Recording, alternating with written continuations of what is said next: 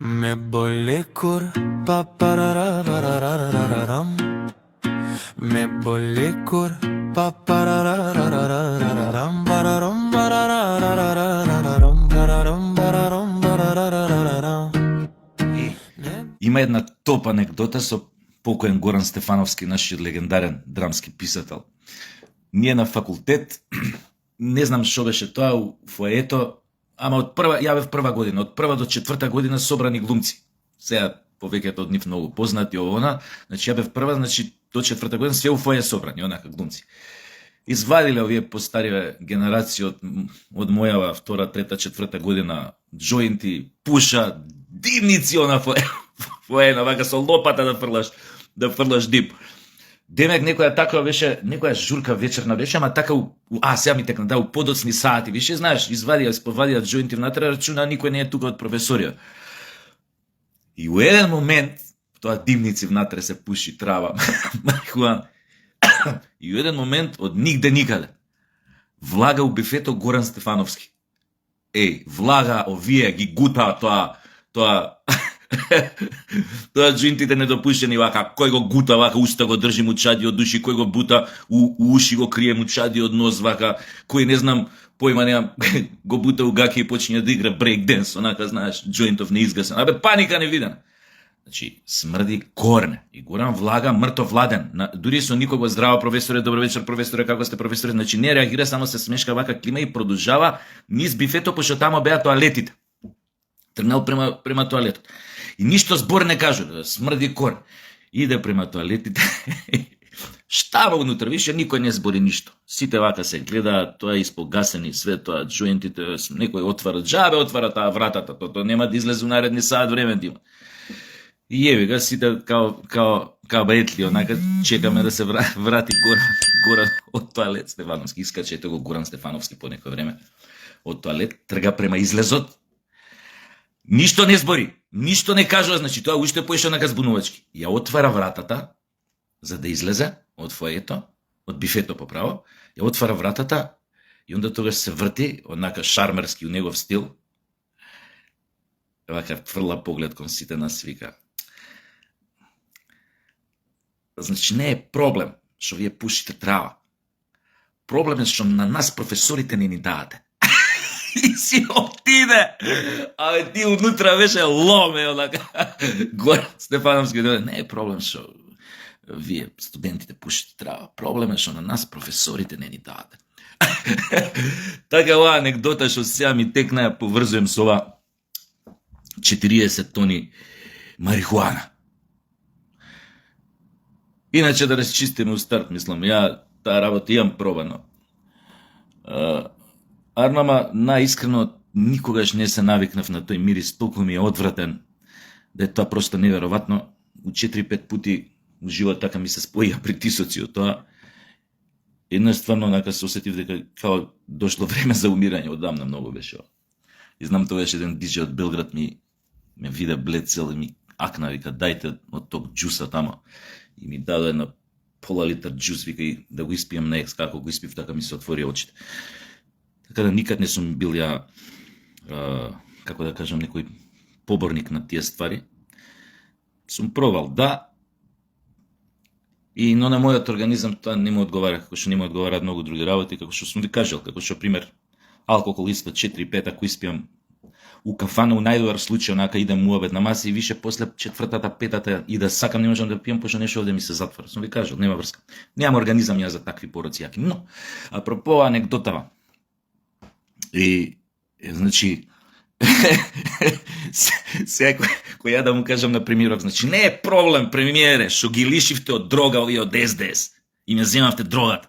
Проблем е што на нас народот не ни даате да се положиме. Се шалам, премиер. Значи, нема подобар начин како да го удриш СДС, а да го заболи. Само земи му ја дрогата. Готово, изгубени се. Одма почнуваат да праќаат сега емисари по телевизијата, овие најголеми веджанаци што им се у партија. Овој шмркле мали. Него го праќаат. Он демек да удира од друга страна да го напаѓа ВМРО, демек да дефокусира. Па и што и Заев се појави, за тоа малце потоа. Не Заев што се појави. И сега овој шмркле Он искача да ме кажува колку нечи не, онда дефокус на друга страна прави. Тој не треба да биде во партија. Него треба сега Мицковски, премиеров, да го најмат него, да му дадат добра плата на тој малиот шмркле.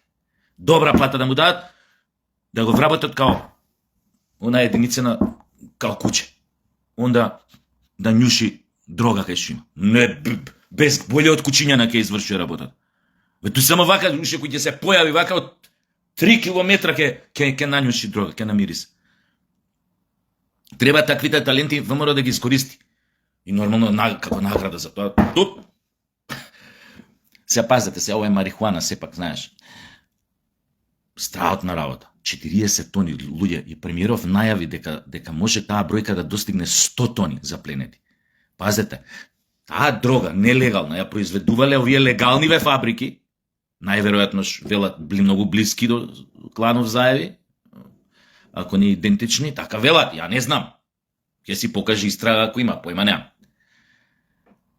Замислете, легализирани да прават масло од марихуана, значи без она ТХЦ-то, така како се вика, или со мали количини. За лечење, они произведувале нелегална марихуана, значи марихуана опијат.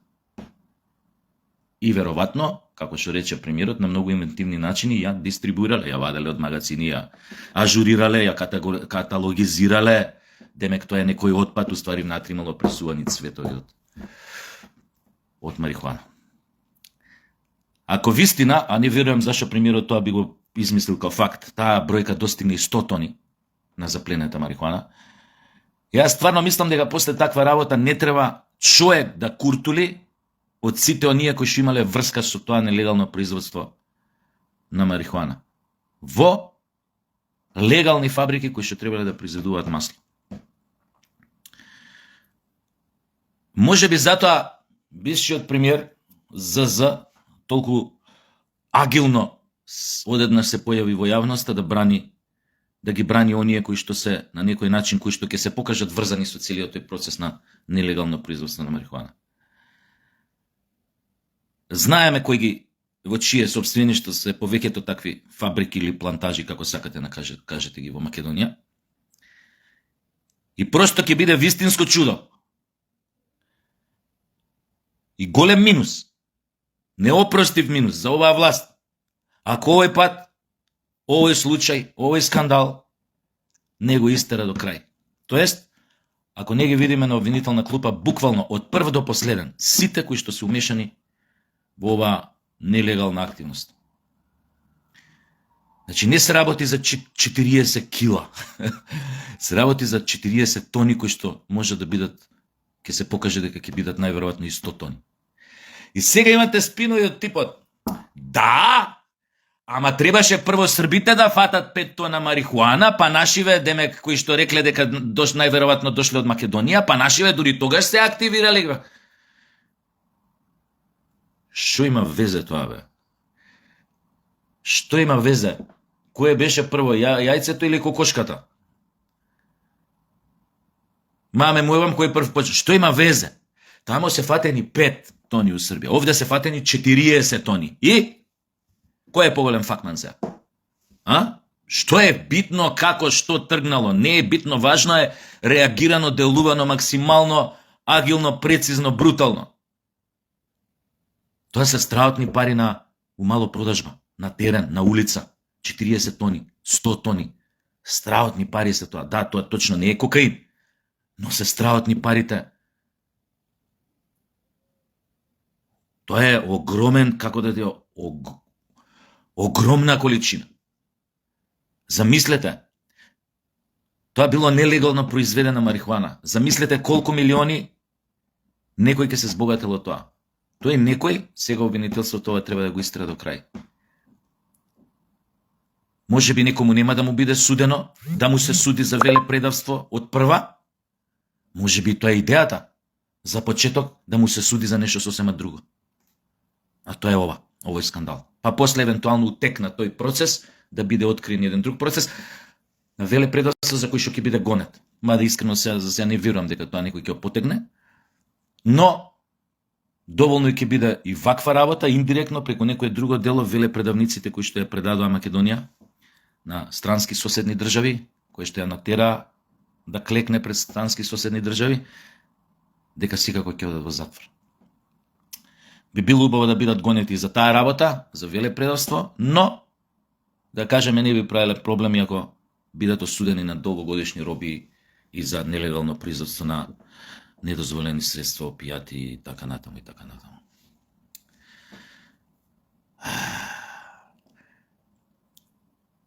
Што значи треба да се навикне оваа влада дека што и да направи. Тоа што се однесе на социјалдемократите ќе биде дочекано на нож. Така да не треба да се замара со нивните соопштенија, патетични, мелодрамски, излитени, изматуфени, што би рекле битолчани, воопшто не треба да се занимава со тоа, нека си ја работат работата како и до сега. Има некој кој гледа, големи очи кои што ги гледаат и од страна и кои што го ценат тоа и знаат што значи оваа акција. И дека веројатно за оваа работа треба буквално да им се честита. Но, пак ќе кажам со задршка, да видиме и разрешницата од се ова. Разрешницата би требало да бидат обвиненија, конкретни судски процеси на кои што ќе се утврди вината, кој колку и дали е виновен за таа работа. А што се однесува до акцијата на ВМРО и нашите безбедносни служби, кои што следеле, доаѓале до информации и така натаму, треба навистина да им се честита најчестно и најискрено. Во меѓувреме, светот не престанува да го тресе еден друг скандал, за кој што се сомневам дека ќе има разрешница, гледајќи кој све е умешан тамо, вмешан во таа работа. Тоа се новите 3,5 милиони документи кои што беа декласифицирани во случајот на Епштайн или Епстин. Изгледа дека цела Европа, луѓе од најмоćните кругови во многу држави во Европа биле дел од таа приказна или од тој синџир, наречете го педофилски, Лолита експрес и така натаму и така натаму. Оставки на видни луѓе, на видни позиции имате од Скандинавија до доле до Португалија, вклучувајќи го и Кралството Британија. За онај Ендрю знаете, што беше ставен у немилост на кралскиот двор, војводата Ендрю, но има и други луѓе вмешани од тамо, затоа британците се можеби во моментов најзаинтересирани за тој скандал, најбудно го пратат, кај американците е застапено малце, како да ви кажам, малце нема таков приоритет каков што има, да кажеме, во Британија или во некои земји во Европа. Гледав некоја шведска, превод од некоја шведска емисија, некоја новинарка вели дека имало случаи во Шведска на неколку истражители, полицајци, како сакате наречете ги, гледајќи ги најновите документи, видеоклипови од она што се случувало на островот на Епштайн, во неговите вили, кај што се одржувале тие бунга педофилски забави, како сакате наречете ги, кои што гледале одредени снимки дека имало случаи на самоубиство на такви истражители. И сега на тема како зошто. Зошто? Затоа што ние како луѓе се раѓаме и не воспитуваат со премисата дека човекот е добар, дека во светот владее љубовта, дека љубовта е посилна од злото, итн. Некои демагоги. И во суштина, кога човек расте во такви околности, каде што кај него најубаво фаќаат корен ваквите демагоги, тој истиот човек, кога под X причини ќе дојде во ситуација, екстремна ситуација, кај што сите тие демагоги, кај што фатиле кај него најцврст корен, ќе пукнат као меур од сапуница, нормално да се јавува еден таков посттравматски стрес, да одредени карактери, одредени ментални склопови не може да го поднесат, соочени со длабочината,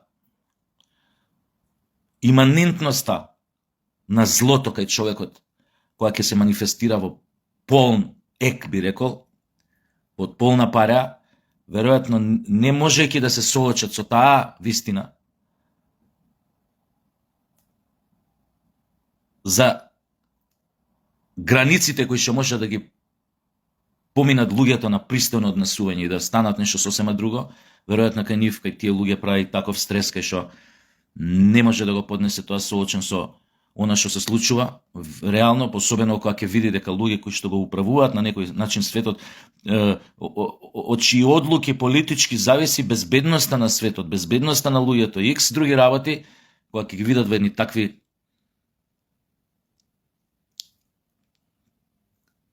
анимални ситуации, каде што има канибализам, има жртвување на човечки жртви, на деца, се прават некои ритуали, кои што се вакви или онакви, кои што во име на нешто се прават и сексуални оргии, каде што се слави поима неам овој или оној демон, како сакате наречете го.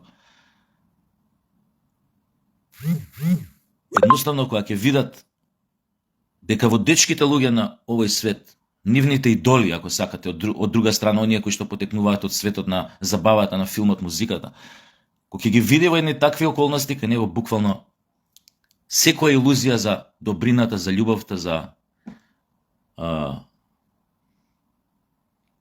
за моралот, едноставно, у истиот момент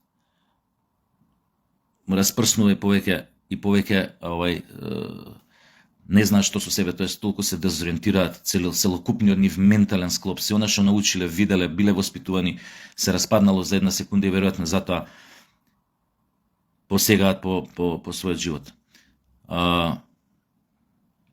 Трагично е што многу од овие личности, мажи, жени, кои што поднесуваат оставки ширум Европа, затоа што на некој начин им било јавено дека се ги има во новите документи декласифицирани за скандалот Епштејн, или пак биле презентирани, ги виделе.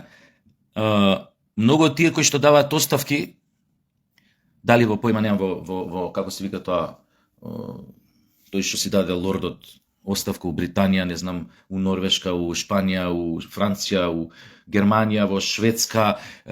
Фасцинантно е што некои од тие луѓе, замислете, дали сега, дали во минатото, биле челници на организации, замислете, за заштита на правата на децата, да кажем. Не сега, но некогаш во минатото биле и тоа. Овие, кои што биле дел од тие педофилски синџи или педофилски журки на Епштејн. Журки кои што биле користени да се евидентираат сите присутни, за утре да бидат врбувани, држани под конец, држани под контрола на некои други моќници, за да може да спроведуваат одлуки што ќе бидат побарани од нив да бидат спроведени. Тоа го зборев и порано, тоа може да го прави човек само кој што има длабока поврзано со одредени многу моќни структури политички, многу моќни тајни безбедносни служби, кои што му обезбедувале полна логистика, услови тоа да може да го прави.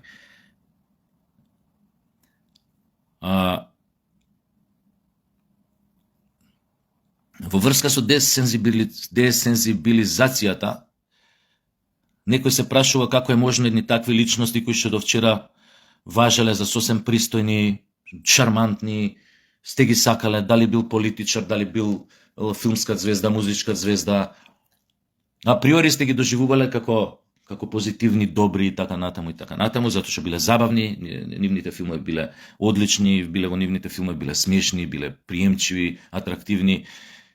И наеднаш дознаете за нив некои работи кои што пркосат на секоја представа што сте имале за нив.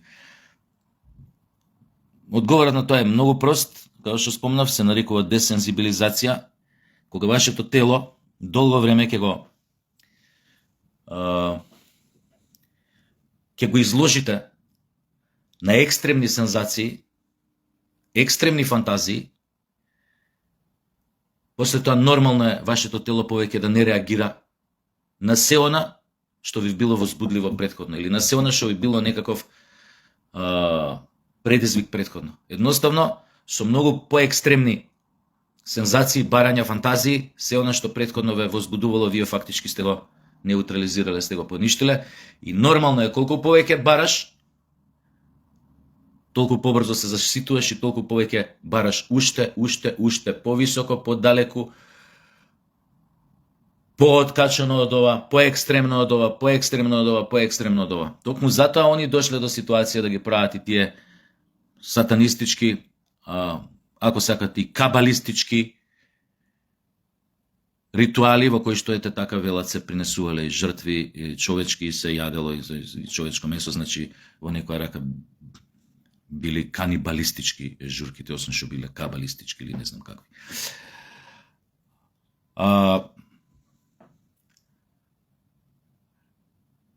Тој уште еден показател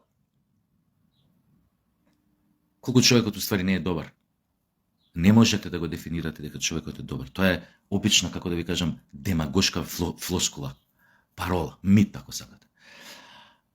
Затоа што се она што на времето сме го прочитале у книгите на Маркиз де Сад, а ја не ви советувам да отворите било која негова книга да читате. Јас сум се сметал секојаш за човек што сум можел да видам, да поднесам се, да видам. Кога ги читате тие книги, едноставно, пазете, не гледате ништо, вие ги читате. Вие не можете да го дочитате тоа нешто.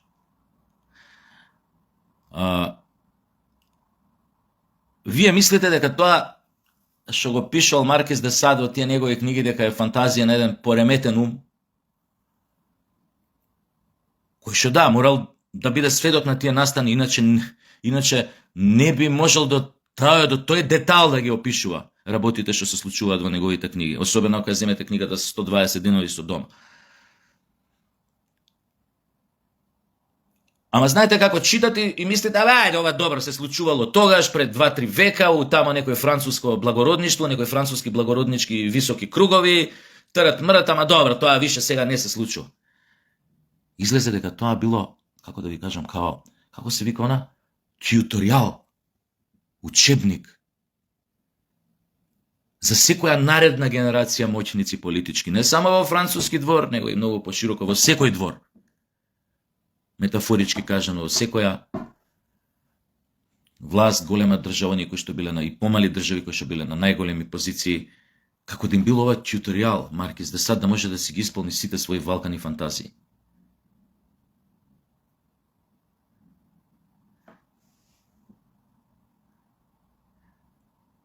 Така што апсолутно разбирам одлуката на некој од овие, разбирам, не можеш да разбереш тоа, не се разбира, но болката, траумата која што била предизвикана кај некој од овие истражители кои што ги гледале видеоклипчињата од она што се случувало на островот и во другите резиденции на Епштајн, кога едноставно нивната психа пукнала и се решиле дури на таков чин, ова е на самоубиство. Не можеше ги да поднесат таа траума, тоа што го виделе дека некој е спремен да го направи, за да си задоволи некои најпримарни, примордијални нагони, затоа што мисли дека е семоќен, дека законот не го допира и така натаму и така натаму. И нормално е што си го поставиле прашањето. Ако вие се тие на кои што треба да се потпреме, за да очекуваме утре еден стабилен, мирен, безбеден свет, ако се овие тие на кои што треба да се потпреме, и да веруваме дека ќе бидат совршено разумни, да не се случи некој големо срање во светот, дека ќе бидат совршено разумни од одреден момент, да направат се, да не дојде до големо срање во светот, некоја нуклеарна војна, кој виделе каков живот живеат, таен, сватиле веројатно дека на овој свет ништо добро не му се пишува.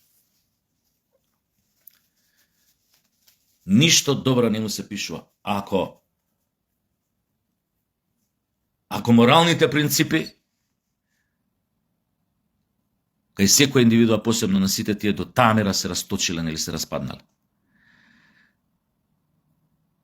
онда стварно никој од нас не треба да очекува дека овој свет може да се извади од следниот голем клинч во кој што ќе се најде, поголем од овој моменталниот. Кога овој моменталниот би ескалирал, а ќе ескалира, многу е годарно да се биде оптимист, да се верува дека ќе има доволно разумни луѓе на планетава кои што би спречиле да кажеме еден нуклеарен Армагедон, на таква трета светска војна која што би било исто време нуклеарна. Гледајќи што се случува. Внимавајте. Ова што сега го објави 3,5 милиони документи или колку и да се, најнови. Администрацијата на Трамп. Можете да замислите уште колку милиони не се објавени. За да не се откријат токму некои други луѓе кои што во моментот не треба да бидат разоткриени. Меѓу кои тој, затоа што многу добро се знае од досегашните фотографии дека Трамп и тоа како добро и се познавал и многу блиску соработал и комуницирал со тој Епштейн. Може да замислите колку милиони не се објавени и што све има на тие.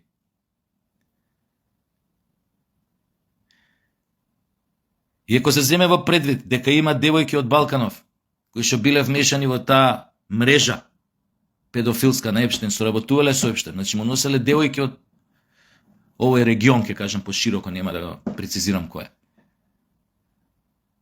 Можете да замислите што уште има у тие документи.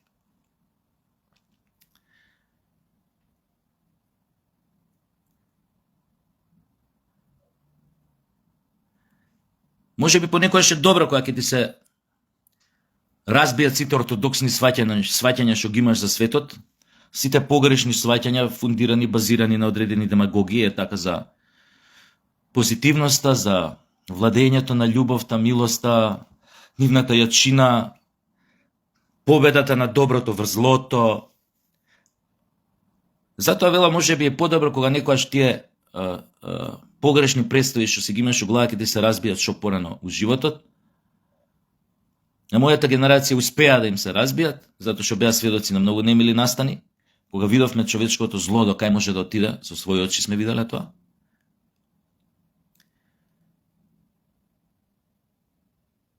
Но е многу потешко веројатно за луѓето од тој западна хемисфера кои што многу ретко доаѓаат во допир за тие сваќања да им се разбијат, многу помалце изгледи има да дојдат да бидат сведоци на такви настани за тие нивни погрешни представи да се разбијат, па затоа ако ќе дое некој ваков настан како што овој сега скандал од такви огромни размери, страотни размери, со страотна содржина, нормално е нели да реагираат како што реагираат.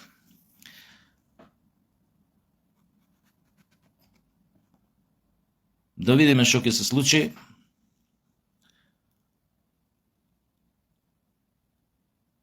Можно и тој скандал тамо да биде делумно или во голема мера ставен под тепих.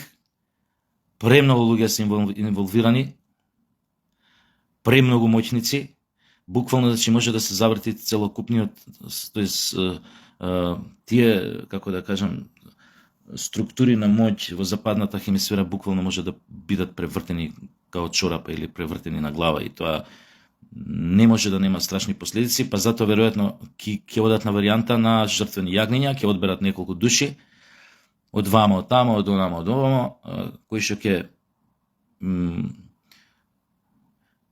ќе бидат нели означени како жртвени јагниња да го примат поголемиот дел од ударот на скандалот врз себе на сметка на тоа да се спасат некои многу помоćни од нив. Тоа е тоа. Се гледаме некоја друга прилика, ако меѓу време влада не пушти некој орешник навака, па да биде ха-ха-ха-хи-хи. А може и треба да бъдеш матер.